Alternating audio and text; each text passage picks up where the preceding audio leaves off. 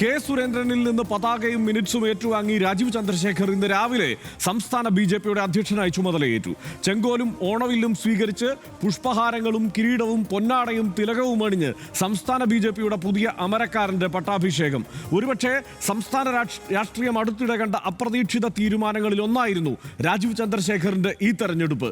K സുരേന്ദ്രനും V മുരളീധരനും M T രമേശും Shobha സുരേന്ദ്രനും ഉൾപ്പെടുന്നവരെ നയിക്കാനാണ് കേന്ദ്ര നേതൃത്വം രാജീവ് ചന്ദ്രശേഖർ എന്ന ടെക്നോക്രാറ്റിനെ പതാക ഏൽപ്പിച്ചത്.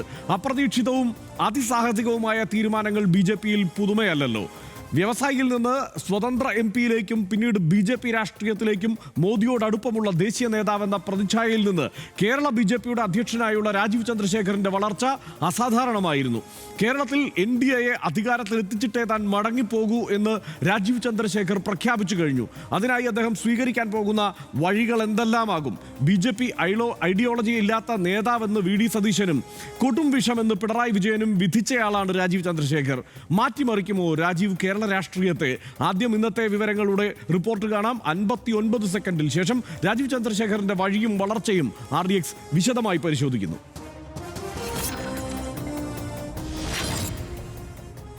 ഐകകണ്ഠേനയാണ് തിരുവനന്തപുരത്ത് ചേർന്ന ബി.ജെ.പി സംസ്ഥാന കൗൺസിലിൽ പുതിയ സംസ്ഥാന അധ്യക്ഷനെ തിരഞ്ഞെടുത്തത്. ബംഗളൂരുവിന്റെ അടിസ്ഥാന വികസനത്തിനായി പരിശ്രമിച്ച കരുത്തനായ മലയാളി എന്നാണ് പ്രഹ്ലാദ് ജോഷി രാജീവ് ചന്ദ്രശേഖറിനെ വിശേഷിപ്പിച്ചത്. അപ്രതീക്ഷിതമായി തിരുവനന്തപുരത്ത് മത്സരിക്കാനെത്തി മാസങ്ങൾക്കുള്ളിൽ സംസ്ഥാന ബി.ജെ.പിയിൽ അതിശക്തനായി രാജീവ് ചന്ദ്രശേഖർ മാറുന്നു. കേരളത്തിൽ എൻ.ഡി.എ സർക്കാർ ഉണ്ടാക്കിയിട്ടേ താൻ മടങ്ങിപ്പോകൂ എന്നാണ് ആദ്യ അഭിസംബോധനയിലെ പ്രഖ്യാപനം. പ്രവർത്തന കാലയളവിലെ നേട്ടങ്ങൾ എണ്ണിപ്പറഞ്ഞ് കെ സുരേന്ദ്രന്റെ വിടവാങ്ങൽ പ്രസംഗം. അധികാരത്തിലെത്തുന്ന കാലത്ത് പാർട്ടിയെ നയിക്കാനുള്ള അവസരമാണ് രാജീവ് ചന്ദ്രശേഖറിന് ലഭിച്ചിരിക്കുന്നതെന്നും കെ സുരേന്ദ്രൻ. കേരളം മൊത്തം നമ്മളിങ്ങെടുക്കാൻ പോവുകയാണെന്ന് സുരേഷ് ഗോപിയുടെ ആശംസ. അടിസ്ഥാന വോട്ടുകൾക്കപ്പുറം മധ്യവർഗ, പ്രൊഫഷണൽ, യുവത്വ വോട്ടുകൾ കൂടി ആകർഷിക്കുകയാണ് ബി.ജെ.പിയുടെ പദ്ധതി. പരിഗണിക്കപ്പെടുമെന്ന് പ്രതീക്ഷിച്ചിരുന്ന നേതാക്കളുടെ ഗ്രൂപ്പിസത്തിനെതിരായ സന്ദേശവും ബി.ജെ.പി കേന്ദ്ര നേതൃത്വം നൽകുന്നു. RDX rap news Malayalam.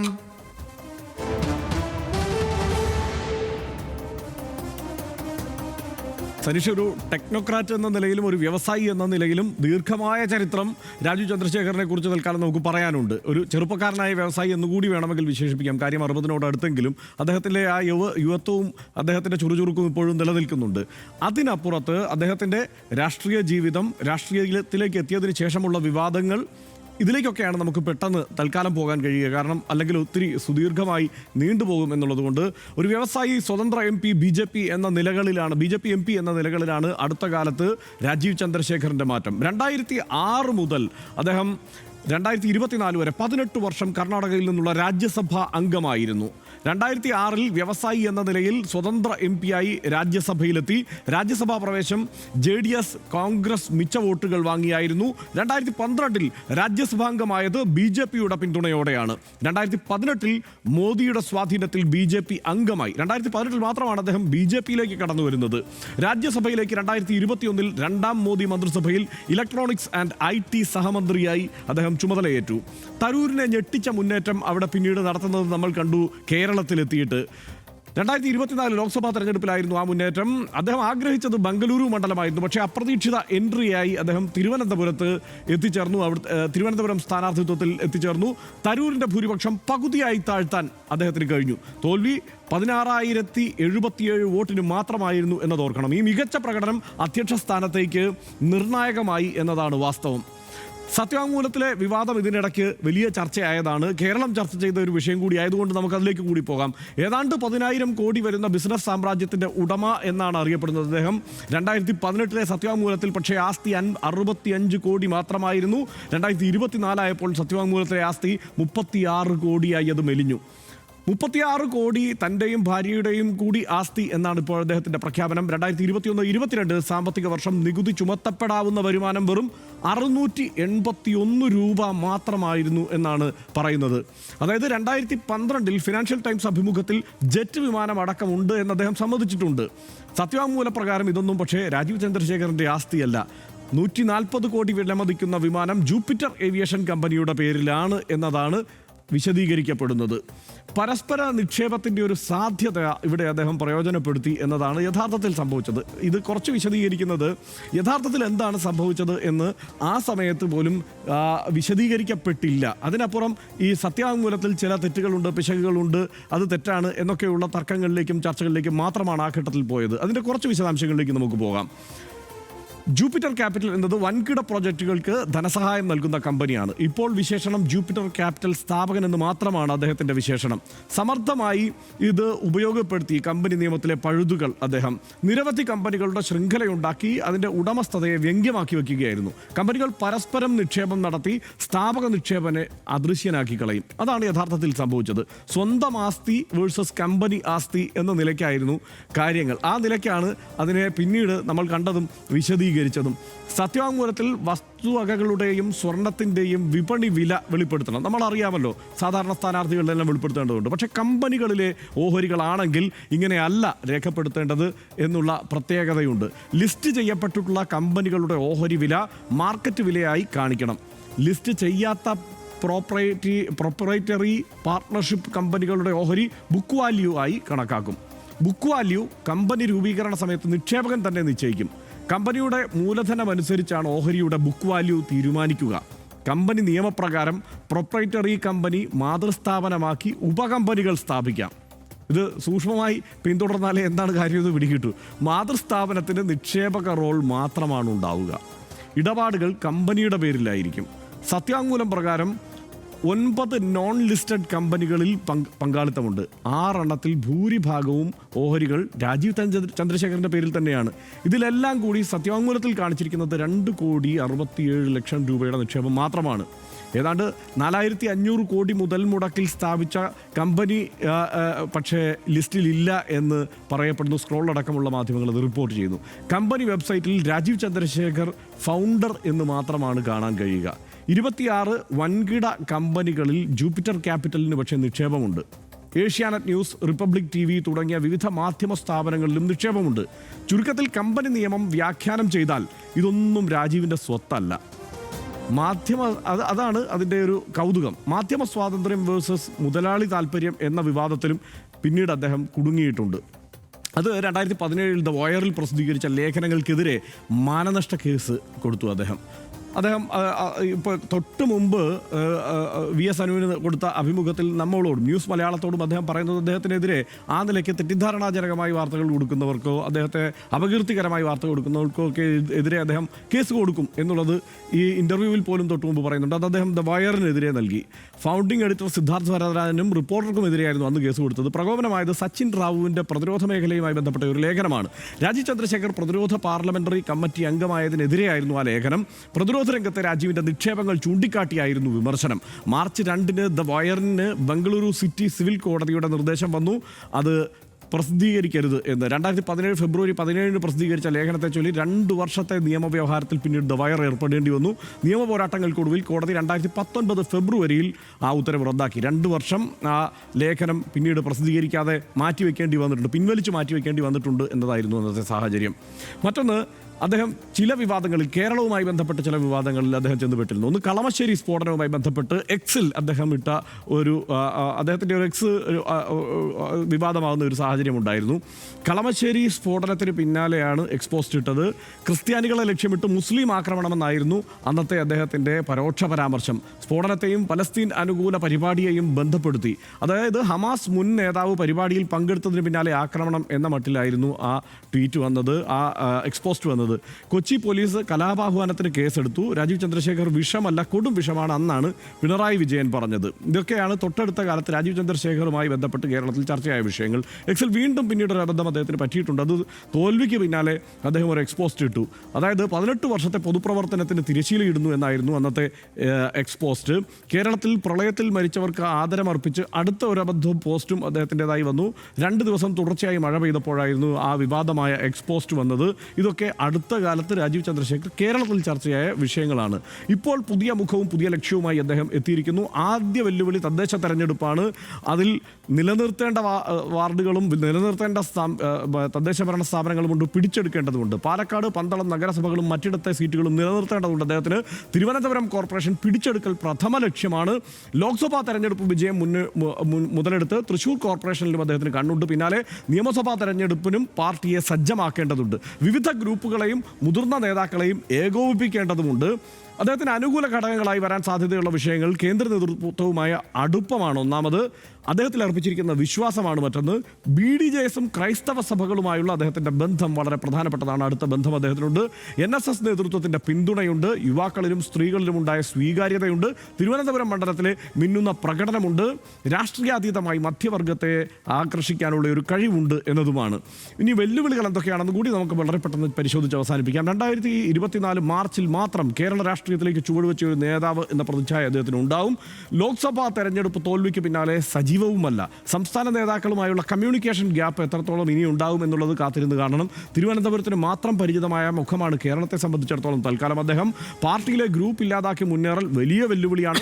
അദ്ദേഹം ഒരു രാഷ്ട്രീയക്കാരനല്ല, കോർപ്പറേറ്റ് മുതലാളി എന്ന ഇമേജ് അദ്ദേഹത്തിനുണ്ട്. സംഘടനയ്ക്കപ്പുറം സ്വന്തം PR വർക്ക് എന്ന പരിവേഷവും അദ്ദേഹത്തിനുണ്ട് എന്നതാണ്. സനീഷെ, കുറേയേറെ വിവരങ്ങൾ ഉണ്ടായിരുന്നു, അതുകൊണ്ട് വളരെ പെട്ടെന്ന് സനീഷിൻ്റെ ടേക്കിലേക്ക് വന്നാൽ.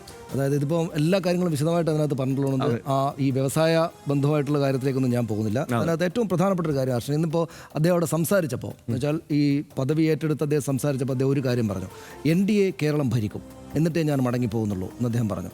ഇതിൽ ഈ മടങ്ങിപ്പോകുന്നുള്ളൂ എന്നുള്ള ആ പ്രയോഗത്തിൽ എനിക്ക് വലിയ അവിടെ ഞാൻ ഹുക്കായി. കാരണം എന്താ വെച്ചാൽ എന്തിനാണ് മടങ്ങിപ്പോകുന്നതെന്ന് പറയുന്നത്?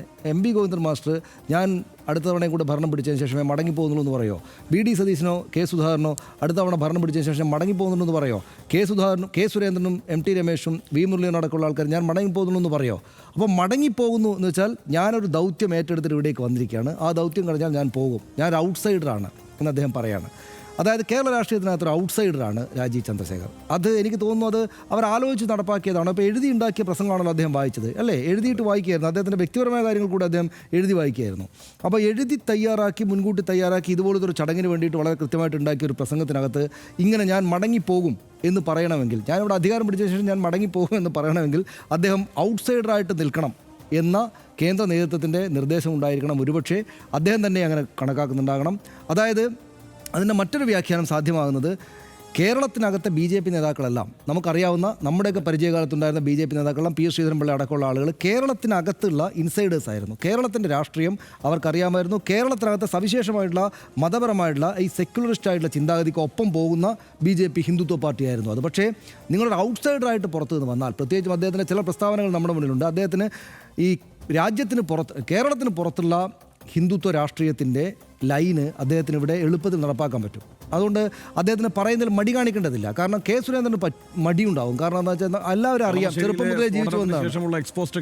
എക്സ്പോസ്റ്റ് ഉദാഹരണമാണ്. അത്തരത്തിലുള്ള വർഗീയമായിട്ടുള്ള നിറയെ വ്യാഖ്യാനിക്കാവുന്ന കാര്യങ്ങൾ അദ്ദേഹം നടത്തിയിട്ടുണ്ട്. അപ്പോൾ ഇനി അങ്ങോട്ട് അത് സംസാരിക്കുന്നതിൽ മടിയുള്ളൊരു അധ്യക്ഷനല്ല കേന്ദ്ര BJP നേതൃത്വത്തിന് കേരളത്തിലുള്ളത് എന്താണ് ഇതിൽ ഏറ്റവും പ്രധാനപ്പെട്ട കാര്യം.